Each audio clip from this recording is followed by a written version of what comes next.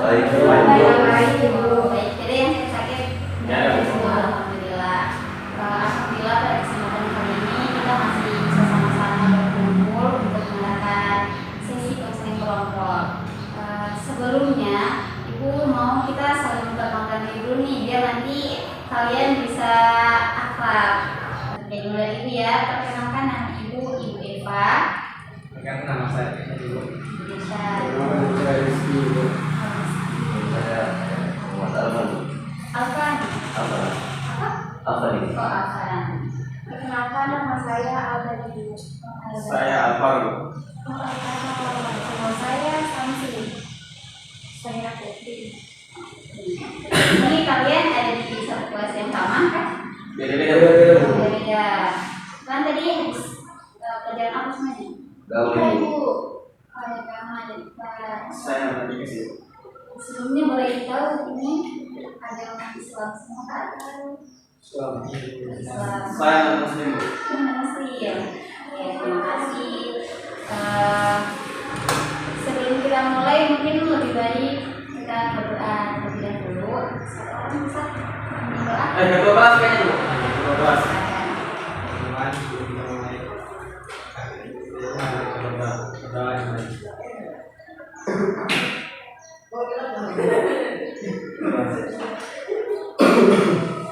Terima kasih Alvan.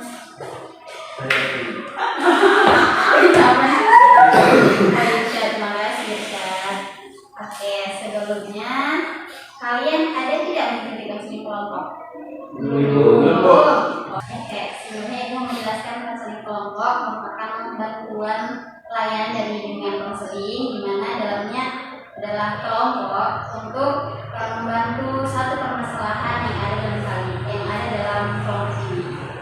Oke, tapi dalam sesi konseling kelompok kalian tidak usah khawatir. Ini maunya kalian sukarela untuk menceritakan apa yang menjadi permasalahan kalian.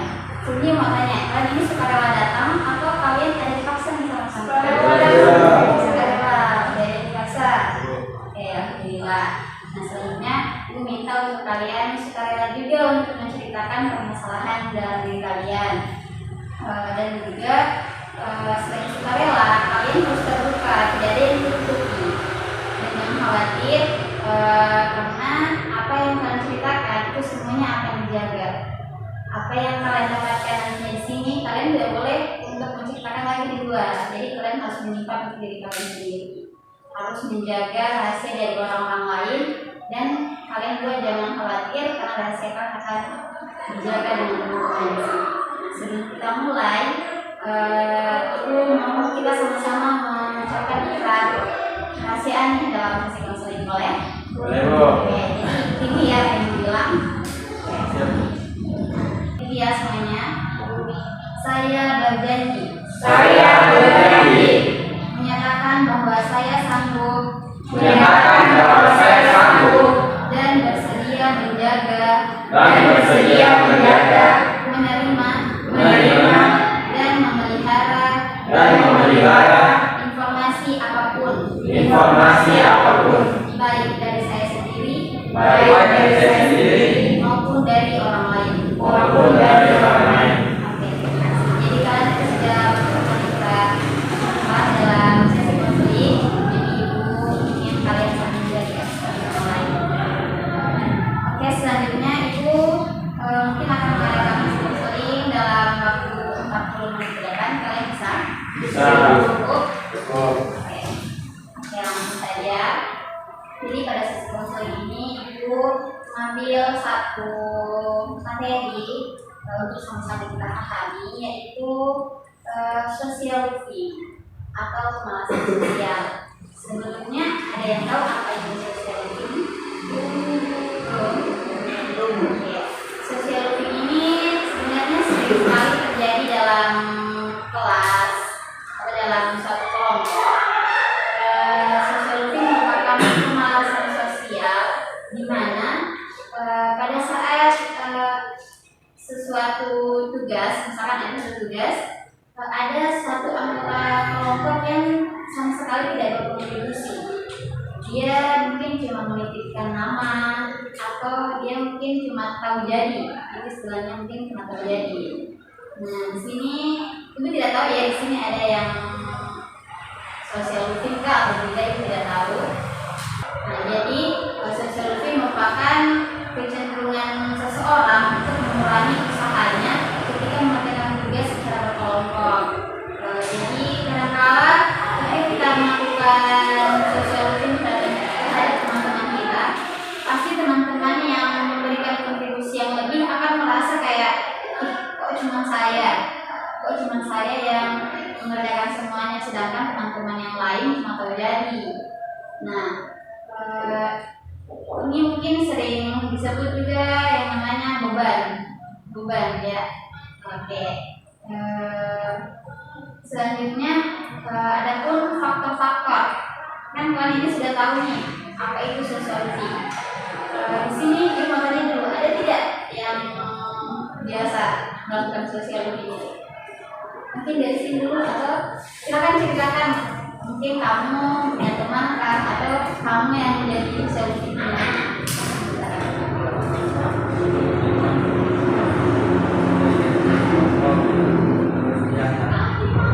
Diam-diam saja, tidak ada tempat dan Apa yang kamu rasakan yang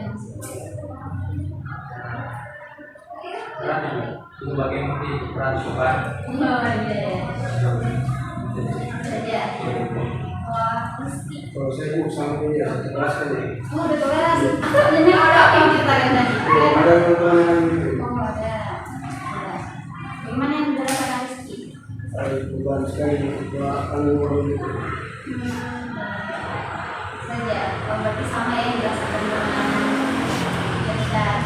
Oke, sekarang apa ini? Sama kebetulan satu kelompok. Oh, satu kelompok. Atau apa nih yang malas itu? Bukan. Oh. Saya yang kerja. Apa yang kerja? Kalau kamu merasa bagaimana terhadap teman-teman yang social itu? Sama itu beban. Beban. Jadi semuanya merasa kayak ini beban ya. Oke. Sekarang Kalau saya itu punya pengalaman yang kemarin tuh biasanya tulisnya bekerja sendiri sih dari dia punya pasti kayak nggak ada beban tugas yang jadi semuanya Rahel yang lakukan. Oh iya. Selanjutnya Alvaro. Kalau saya bu, saya sebagai pelatih bu, iya bu, saya kayak aman gitu bu. Jadi kadang-kadang seperti sama sih. Iya bu. Oke, berarti kalau Alvaro kamu nih yang biasa sociality. Iya bu. Apa yang kamu rasakan ketika kamu jadi sociality? Gimana be? Sebenarnya bukan tidak mau membantu, cuman itu kayak tidak tahu dari caranya gimana, dan kemudian juga teman kelompok seperti itu kayak kurang dan kurang mengajar. Selanjutnya Asamsi. kalau saya itu orangnya tergantung kelompoknya. Kadang saya jadi yang sosial ini ya, kadang saya bisa yang bantu kerja tugas kelompoknya. Jadi tergantung teman-teman yang tempatnya ya.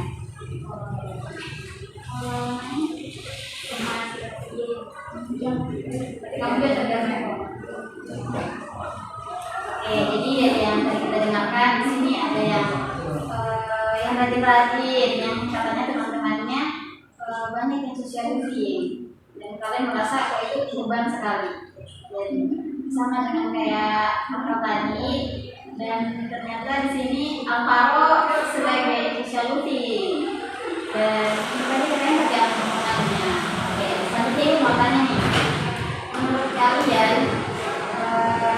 apa sih yang menyebabkan seseorang besar melakukan social living? Silakan pikirkan, kira-kira teman-teman ini malas untuk berkontribusi dalam kelompok, kira-kira kenapa ya? Kira-kira mungkin ada permasalahan lain, atau mungkin masalahnya seperti juga tadi tergantung dari teman-teman kelompoknya lagi. Coba pertama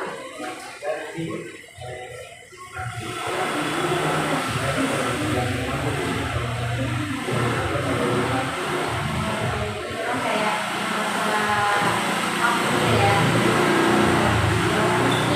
Saya dulu. Teman.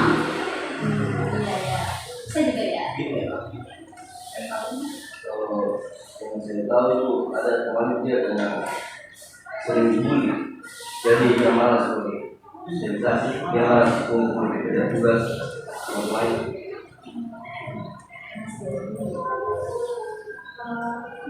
Kalau menurut saya sendiri mungkin karena dia merasa tidak nyaman sama kelompok, nah mungkin saya rasa kelompoknya ini tidak mengajak dia, tidak seharusnya ini sibuk kayak kalau di kelompok itu harus saling mengajak. Kalau Alvaro, kira-kira kan ini katanya Alvaro sering nih melakukan pembahasan sosial. Mungkin Alvaro rasakan sendiri apa penyebab kenapa Alvaro sering? Saya kalau ketemu istri saya pelakunya.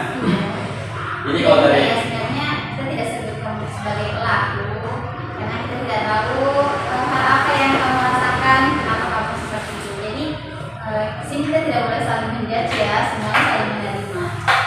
jadi ya singkat dulu. Kenapa saya melakukan hal tersebut? Pertama, karena kurangnya ajaran dari kelompok. Yang kedua, saya kan orangnya yang kurang tekun, jadi komunikasinya dengan itu kayak kurang. Nah, juga segan setelah mungkin ajak saya.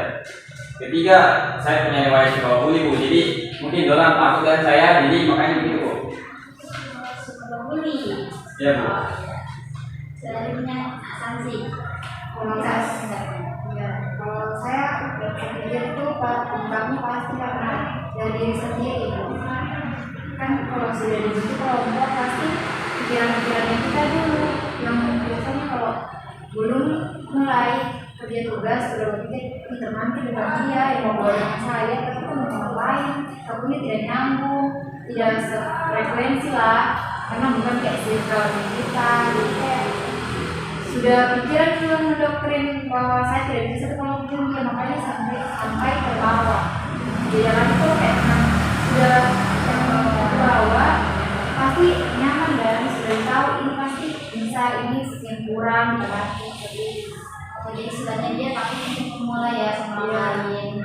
Oke, selanjutnya saya kayak nyaman juga dengan apa yang tidak biasa berkuah.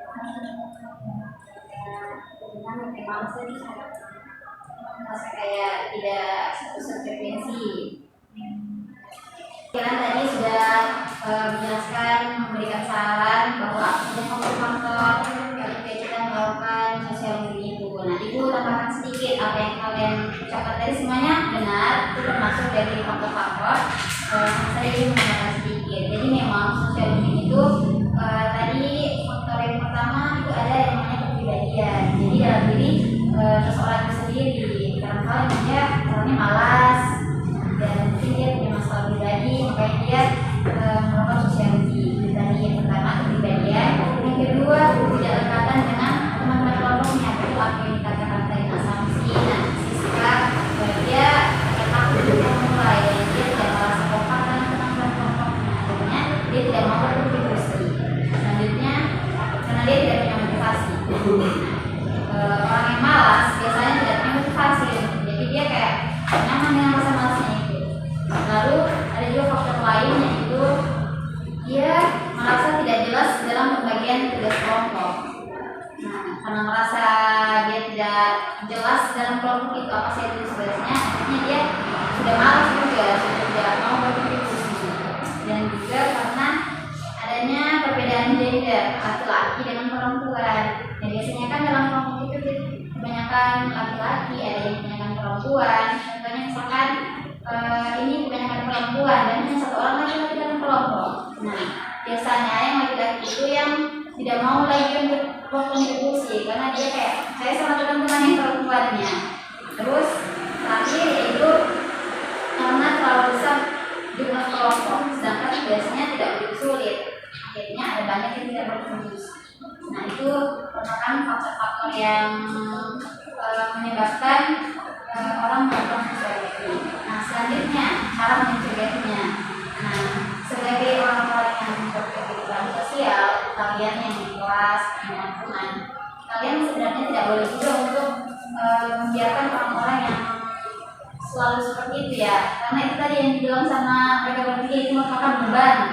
beban dan kita yang merasa bahwa mereka beban, kita tidak boleh membiarkan mereka begitu saja. Karena sampai kapan kita mau begitu? Oke, selanjutnya cara mencegahnya. Ibu bagikan tips sedikit bagaimana cara mencegah teman-teman yang melakukan social media, yaitu yang pertama batasi ukuran kelompok. Jadi pada saat ada kelompok, misalkan kelompok yang sulit, jangan mau kalian dibagi dalam satu kelompok itu ada banyak orang, karena biasanya itu yang menjadi faktor utama adanya social media dalam kelompok kalian. Lalu yang kedua, sebagai teman kelompok, kalian harus menjelaskan betul-betul apa tanggung jawab kalian atau apa tanggung jawab mereka dalam kelompok itu, dan mereka tahu apa tugasnya, apa yang harus mereka selesaikan. Nah, yang selanjutnya, kalian harus memberikan umpan balik agar mereka merasa bahwa setiap kontribusi yang mereka berikan itu berarti. Kalian harus memberikan feedback. Jadi kayak misalkan menyelesaikan tugasnya, kalian sebagai ketua kelompok harus bilang, oh iya bagus, bersyukur ya, mungkin ada yang sedikit ditambahkan lagi gitu. Jadi kalian harus memberikan kata-kata yang memberi dan motivasi dan merasa dihargai atas tugas-tugasnya itu. Selanjutnya yaitu jadwalkan pertemuan yang efektif. Nah, ketika kalian mau mengerjakan kelompok, usahakan cari jadwal yang semuanya bisa. Kalian harus mendengarkan saran-saran dari semua teman kelompok itu. Lalu yang terakhir, berikan penghargaan untuk anggota kelompok yang sudah menyelesaikan tugasnya. Sama kayak tadi, yaitu memberikan umpan balik. Bagaimana kalian punya cara-cara lain untuk mengatasi social media? Silakan saja siapa yang kira-kira punya cara lain. Atau apa yang kalian tadi sudah merasa ibu ya. Oke, jadi ibu harap kalau dari sini pada saat nanti kalian mendapatkan tugas kelompok, kalian bisa merangkul teman-teman yang social media. Nah, untuk mungkin nanti kalau di kelasnya mungkin bisa untuk mencoba bergabung dengan menggunakan cara-cara tadi, mungkin memberikan saran kepada teman-temannya bagaimana kalau banyak orang dalam satu kelompok itu. Boleh. Oke, selanjutnya karena ini sudah kalian di sini mau ngapain? Ada jam pelajaran di matematika. Oh, ini mau sholat, masya Allah. Ya, karena sekarang juga sudah jam sholat dan tadi kan ada pelajarannya yang mau dilanjutkan lagi. Mungkin sesi konseling kita hanya ibu cukup sampai sini. Jadi sebelumnya ibu mau mendengar nih apa yang kalian rasakan setelah kalian di sesi konseling ini. Mungkin 1 atau 3 orang ya. Saya ada rasakan setelah melakukan sesi kelompoknya lebih lega ibu, terus saya juga dapat motivasi dari teman-teman, masukan tentang bagaimana menghadapi orang yang memiliki social looking atau saya sendiri kalau menjadi social looking apa yang harus saya lakukan.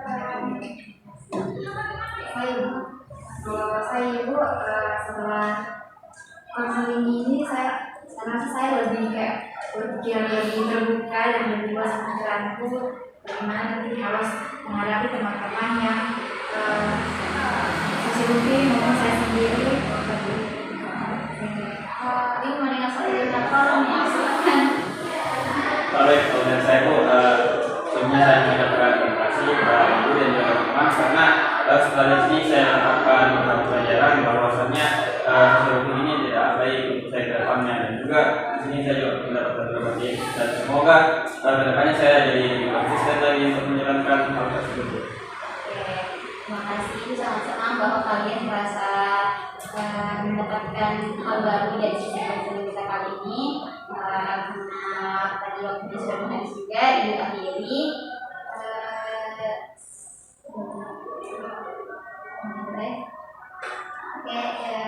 Ibu akhiri dan ibu mengucapkan mohon maaf apabila dari sisi konseling ibu ada salah-salah kata, dan ingat disitu tidak boleh menjudge siapapun, dan dari sini kalian tidak boleh memandang bahwa Alvaro adalah orang yang malas, tidak boleh.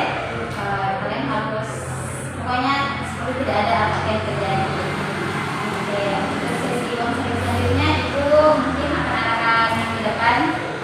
bisa? Bisa ya. Oke, nanti Ibu akan mengadakan kajian ke depan. Oke, kalau tadi kita buka dengan doa, Ibu mau tutup lagi dengan doa. Mungkin boleh. Tuhan sebelum kita berjim, ini pada